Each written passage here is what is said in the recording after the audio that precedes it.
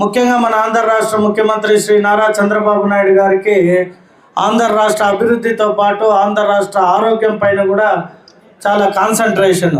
అంటే ఆయన ముఖ్యమంత్రి గారు ఎలాగైతే ఆరోగ్యంగా 76 సంవత్సరాల్లో కూడా 36 సంవత్సరాల యువకుల్లాగా పనిచేస్తూ ఉంటాడు. పొద్దున చూస్తే రాయలసీమ కడపలో ఉంటే, సాయంకాలం వైజాగ్లో ఉంటే, రాత్రి హైదరాబాద్లో ఫంక్షన్లో కూడా ఉంటారు.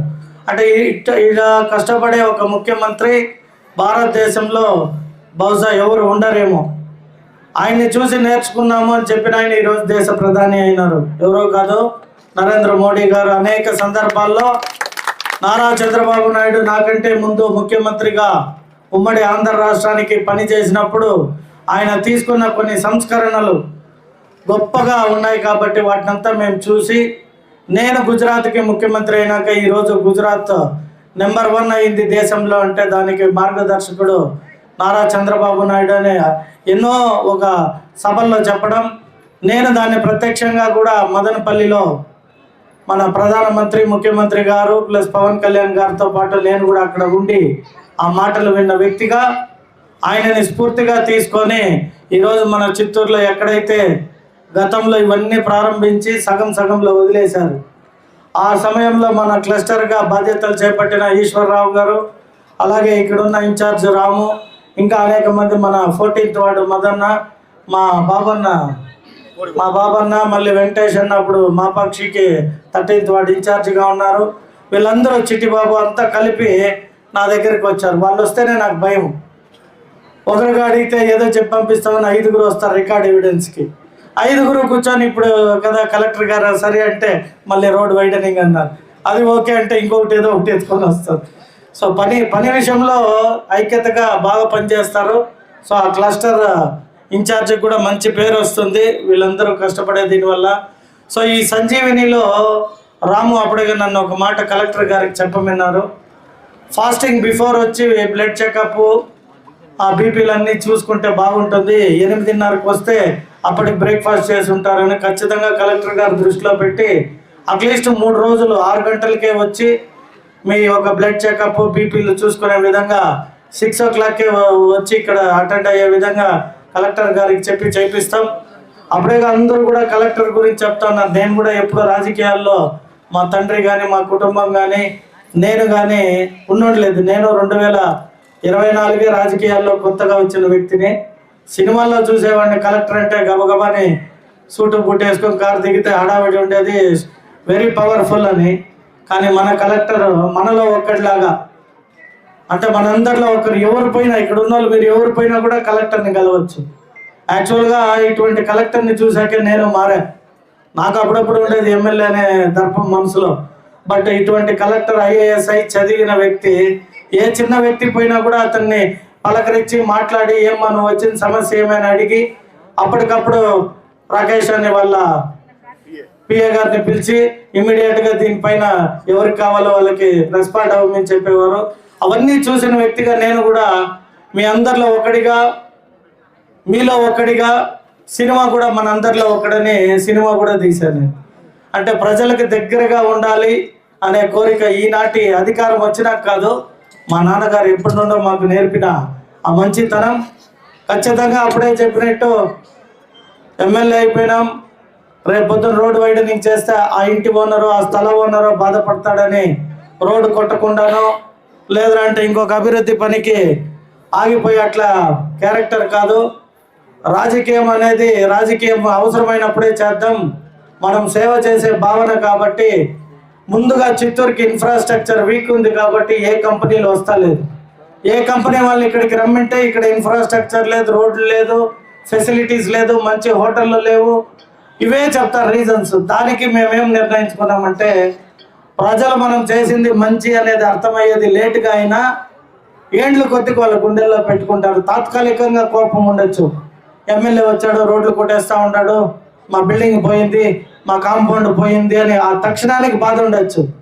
కానీ ఆ రోడ్ అయితే ఇంకా 4 కంపెనీలు వచ్చి మనకంతా ఉద్యోగాలు ఇక్కడే వచ్చి మన భూమి ₹1 కోటి 10 కోట్లు అయిందిరా అంటే ఆ ఆస్తికి విలువలు పెరిగితే మీకు మంచి జరుగుతుందనే ఉద్దేశంతో నేను బెంగళూరులో ఉన్నా కాబట్టి బెంగళూరులో రోడ్లు లేక ఇంకా ఎకరా 15-20 కోట్లే ఉంది. అదే హైదరాబాద్లో హైటెక్ సిటీ అయిన తర్వాత చంద్రబాబు నాయుడు చేసిన కొన్ని సంస్కరణలో ఈరోజు 250 కోట్లు ఒక ఎకరా విలువ పలికింది అంటే అది భారతదేశంలోనే ఎంతలా అభివృద్ధి చెందుతుందా ఉంది హైదరాబాద్ అనే దానికి నిదర్శనం. ఆ విధంగా అటువంటి ఆలోచనలో ఉన్న వ్యక్తిగా నాకు ఒక సంస్థ కన్స్ట్రక్షన్ కంపెనీ రియల్ ఎస్టేట్ కాబట్టి ఏడైనా అభివృద్ధి కావాలి అంటే ఫస్ట్ ఇన్ఫ్రాస్ట్రక్చర్, రోడ్లు, లైట్లు, కాలువలు అవన్నీ ఉన్నాయంటే మన ఊరికి ఎక్కువ కంపెనీలు వస్తాయి. అవి వస్తే మీ పిల్లలు ఈడే పని చేసుకుంటారు. ఈరోజు పోయి ఎక్కడో పని చేస్తారు, అక్కడ ఇల్లు బాడుగ తీసుకుంటే బాడుగ కట్టాలి, మళ్ళీ అక్కడ అన్ని వస్తువులు కాస్ట్ ఆఫ్ లివింగ్ అంటారు. 30,000 పనికి పోతే వాడు మళ్ళీ 20,000 అప్పు చేసి ఉంటాడు. అదే మీ దగ్గర ఉంటే మీకు ఆనందం, మీ దగ్గర మీ ఇంట్లోనే ఉంటాడు. ఆ 20,000 మిగిలిన మీ కుటుంబానికి ఇంకొక ఆస్తి అవుతుంది. కాబట్టి మన ముఖ్యమంత్రి గారిని నేను ఇదివరకే పదే కలిసినప్పుడల్లా చెప్పాను, సార్ చిత్తూరుకి ఏదైనా మంచి కంపెనీలు తేవాలి సార్ అని. మనకి ఇప్పుడు ఎక్స్ప్రెస్ హైవేలు 2 హైవేలు అతి త్వరలో ఒక 3 నుండి 4 నెలల్లో ప్రారంభం అవుతాయి. ఆ 2 రోడ్లు ప్రారంభమైతే ఖచ్చితంగా బెంగళూరు, చెన్నై, హైదరాబాద్ నుండి అనేక కంపెనీలు వస్తాయి. ఎందుకంటే రోడ్లు ఉంటేనే ఆ ట్రక్కులు కానీ ఎంప్లాయ్మెంట్ కానీ అంటే ట్రాన్సిట్ అంటారు దాన్ని. ఈరోజు దుబాయ్ ప్రపంచంలో అత్యంత ఖరీదైన నగరాల్లో ఒక నగరం అయ్యింది అంటే అది మనం ఎక్కడికి వెళ్ళాలన్నా దుబాయ్కి వెళ్ళి దుబాయ్ నుండే వెళ్తాయి ఫ్లైట్లు. అలా చిత్తూరు కూడా రేపొద్దున చెన్నై నుండి ఎక్స్ప్రెస్ హైవే, బెంగళూరు నుండి ఎక్స్ప్రెస్ హైవే, బుల్లెట్ ట్రైన్ వస్తుంది. ఇవన్నీ వచ్చి ఈ ఊరు అభివృద్ధి కావాలంటే ఇంకా ఒక 5-6 సంవత్సరాలు పడుతుంది. రేపు అవుతుందని చెప్పను నేను, రేపు అయ్యేది కూడా సాధ్యం లేదు. ఎందుకంటే బుల్లెట్ ట్రైన్ రావాలి అంటే 6-7 ఏళ్ళు అవుతుంది కన్స్ట్రక్షన్. అంటే ఈ రోజు నుండి మీరు లెక్క చూసుకుంటే 2035 కల్లా మన చిత్తూరు అనేది పెద్ద ట్రాన్సిట్ హబ్ అవుతుంది. అలాగే మనకి గొప్ప వరం ఏమరా అంటే చంద్రబాబు నాయుడు గారు ఎలా అయితే హార్డ్ వర్క్ చేస్తారో నాకు మన కలెక్టర్ గారు కూడా ఒక పెద్ద అసెట్. నాకు కాదు, మనకి. మీరందరూ నన్ను గెలిపించారు. నా ఒక మంచి ఉద్దేశం కలెక్టర్ గారి దగ్గరికి పోయి ప్రతిసారి చెప్పినప్పుడు చుడాలో ఫండ్స్ ఉన్నాయా, మున్సిపాలిటీలో ఫండ్స్ ఉన్నాయా, ఎంపీ గారిని ఫండ్స్ అడుగుతామా, లేదా ప్రభుత్వ నిధులు ఏమన్నా ఉన్నాయా అని చెక్ చేసి ఎమ్మటే స్పందించి వారే ఫోన్ చేస్తారు. ఏ కలెక్టర్ కూడా స్పాట్ విజిట్లకి లేదా రోడ్లు ఏమన్నా చేయాలి రండి సార్ పోయి చూద్దామంటే ఎమ్మెల్యే గారు 4 గంటలకు ఫిక్స్ చేసేయండి వస్తున్నాను అంటారు. మొన్న నేనేదో మా నాన్నగారికి చిన్న ఆపరేషన్ నుండి బెంగళూరులో ఉంటే ఫోన్ చేసి ఎమ్మెల్యే గారు మీరు వచ్చిన తర్వాత phase 2 అంటే ఇప్పుడు phase 1కి అన్ని సామూహికంగా కట్టమంచి రోడ్డు కావచ్చు, దర్గా సర్కిల్ నుండి న్యూటన్ ఫ్యాక్టరీ దాకా కావచ్చు, ఇవన్నీ అప్రూవల్ అయ్యి వర్క్ జరుగుతూ ఉంది. phase 2 కూడా కంప్లీట్ చేసామంటే ఆ రోడ్ అంతా బాగుంటుంది అని చెప్పారు. ఫోన్ చేసి ఒక కలెక్టర్ గారు అప్పుడే చెప్పినట్టు ఎమ్మెల్యే గారు మీరు వస్తేనే మనం phase 2 కూడా విజిట్ చేసి వాటిని కూడా ఎమ్మటే అప్రూవల్స్ చేసి కంప్లీట్ చేద్దాము అన్నారు. నిజంగా గట్టిగా మీరు ఏమన్నా మనల్ని అడుగుతారు అంటే ఏం అడగరు. వాళ్ళు అడిగేది మీ దగ్గర నుండి ఆ చప్పట్లతో ఆ చిన్నపాటి గౌరవాన్ని మాత్రమే వారు ఆశిస్తారు. కాబట్టి సార్ మా ఈ యొక్క క్లస్టర్ తరపునే కాదు చిత్తూరు నియోజకవర్గ ప్రజలందరి తరపున మీకు ప్రత్యేక ధన్యవాదాలు. నిన్ననే కలెక్టర్ గారు కూడా ఒక ఇంటర్వ్యూ ఇస్తూ ఉన్నారు, మీడియాతో చూశాను. ఖచ్చితంగా ప్రజలందరూ సహకరించారు కాబట్టి మేము ఎమ్మెల్యే గారు నేను రోడ్లన్నీ వైడనింగ్ చేస్తున్నామని చెప్పారు.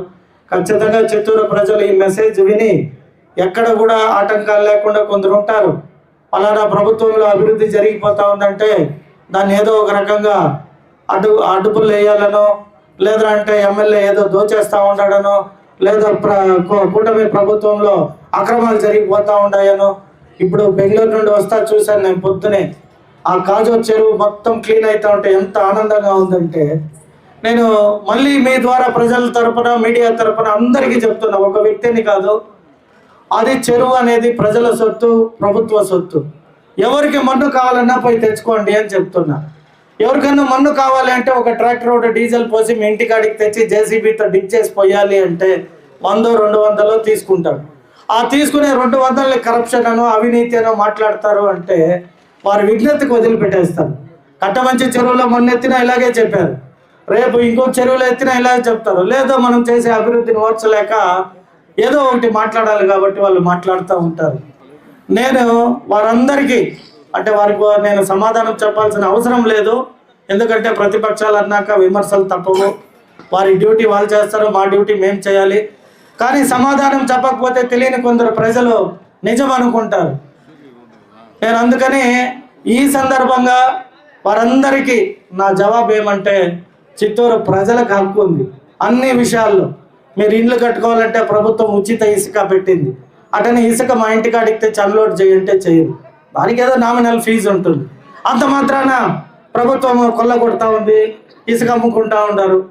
అంత చిత్తూరు ప్రజలు ఏం చదువులేని వాళ్ళు కాదు. అంతా చిత్తూరు అంటేనే ఈరోజు ప్రపంచంలో బెంగళూరు సగాన్ని పరిపాలిస్తూ ఉండే చిత్తూరు వాళ్ళని చెప్తారు. చెన్నై పోతే చిత్తూరు వాళ్ళే పరిపాలించేది. ఈ భారతదేశంలోనే ప్రధాని గారే చిత్తూరు నుండి ఎన్నికైన మా నాయకుడు నారా చంద్రబాబు నాయుడు గురించి చాలా గొప్పగా అనేక సభల్లో చెప్పాడు. అంతకంటే చిత్తూరు వాళ్ళకి వేరే ఎవరో కిరీటాలు పెట్టాల్సిన అవసరం లేదు. అటువంటి వ్యక్తుల ద్వారా మేమేమి పొగడ్తలు మాకు అవసరమో లేదా పొగడ్తలు వస్తాయని ఎప్పుడు భావించము. అయితే వారికి కూడా తెలియాలని చెప్తున్నా. ఖచ్చితంగా మీకు కూడా ఉచితంగా చెరువుల్లో మన్నిచ్చేకి సిద్ధంగా ఉన్నాం. మీకు కూడా కావాలంటే తీసుకోపోండి, కానీ ప్రజల్ని తప్పుదోవ పట్టించే మాటలు మాత్రం మాట్లాడకూడదు. చిత్తూరు అభివృద్ధికి మిమ్మల్ని కూడా పదే పదే అనేక సందర్భాల్లో చెప్పుండా రాజకీయం సమయంలో చేద్దాం. ఇప్పుడు ప్రజలకు మనం ఏం చేయాలి అంటే సేవ చేయాలి, వాళ్ళకి ఏం కావాలో అది చేయాలి. కాబట్టి మీరందరూ కూడా కలిసి రండి. మీరందరూ కలిసి వస్తే చిత్తూరు అభివృద్ధి చెందితే, చిత్తూరు అనే దానికి పేరు వస్తే చాలా గర్వపడే వాళ్ళల్లో నేను మొదటి వాడిని. నిన్న మొన్న కూడా మళ్ళీ ఒక డిపార్ట్మెంట్ సర్వే చేసి 175 మంది ఎమ్మెల్యేలో నీకు 4వ స్థానం వచ్చింది అని పెట్టారు ఎవరు. నాకు చాలా సంతోషం వేసింది. అది నా వల్ల కాదు, ఒక గురజాల జగన్మోహన్ చిత్తూరు ఎమ్మెల్యేగా కాదు, అది క్రెడిట్. అధికారులు పనిచేశారు, నాయకులు పనిచేశారు, కూటమి ప్రభుత్వం కలిసి ఉన్నాం. కూటమి ప్రభుత్వంలో కూడా ఏదో ఒక చిచ్చు పెట్టాలని చూస్తూ ఉంటారు, కానీ చాలా తెలివైన వారు మన కూటమి స్థానిక నాయకులు కూడా. వారికి నా గురించి కానీ నారా చంద్రబాబు నాయుడు గురించి కానీ ఆల్రెడీ ప్రభుత్వంలో గతంలో 2 సార్లు జనసేనతో పనిచేసిన అనుభవం, బీజేపీతో 3 సార్లు పనిచేసిన అనుభవం నాయకులకి ఉంది. ప్రజలు కూడా చూశారు. ఎప్పుడైనా తెలుగుదేశం ప్రభుత్వం ఉంటే మాత్రమే అభివృద్ధి జరుగుతుంది, సంక్షేమాలు అందుతాయి. ఇవాళ రేపో కూడా తల్లికి వందనం డబ్బులు పడుతుంది. ఖచ్చితంగా తెలుగుదేశం ప్రభుత్వంలో మన చిత్తూరుని స్పెషల్గా మన కలెక్టర్ గారి సహకారంతో ఇంకా ఏవైతే ఇవి సాధ్యం కావు అని చెప్పారో వాటిని సాధ్యాన్ని అసాధ్యం కానివి సాధ్యంగా చేయగలిగిన శక్తి మీ అందరూ నాకు మా కూటమి ప్రభుత్వాన్ని ఆశీర్వదిస్తారని ఆశిస్తూ ఈ అవకాశాన్ని ఈ సంజీవిని కార్యక్రమంలో ఏదైతే ఈ పిఎస్సి బిల్డింగ్ ఇంత అద్భుతంగా కట్టామో దీన్ని ఇక్కడ ఉన్న క్లస్టర్లో 25,000 మంది దాకా దీన్ని వాడుకోవచ్చు.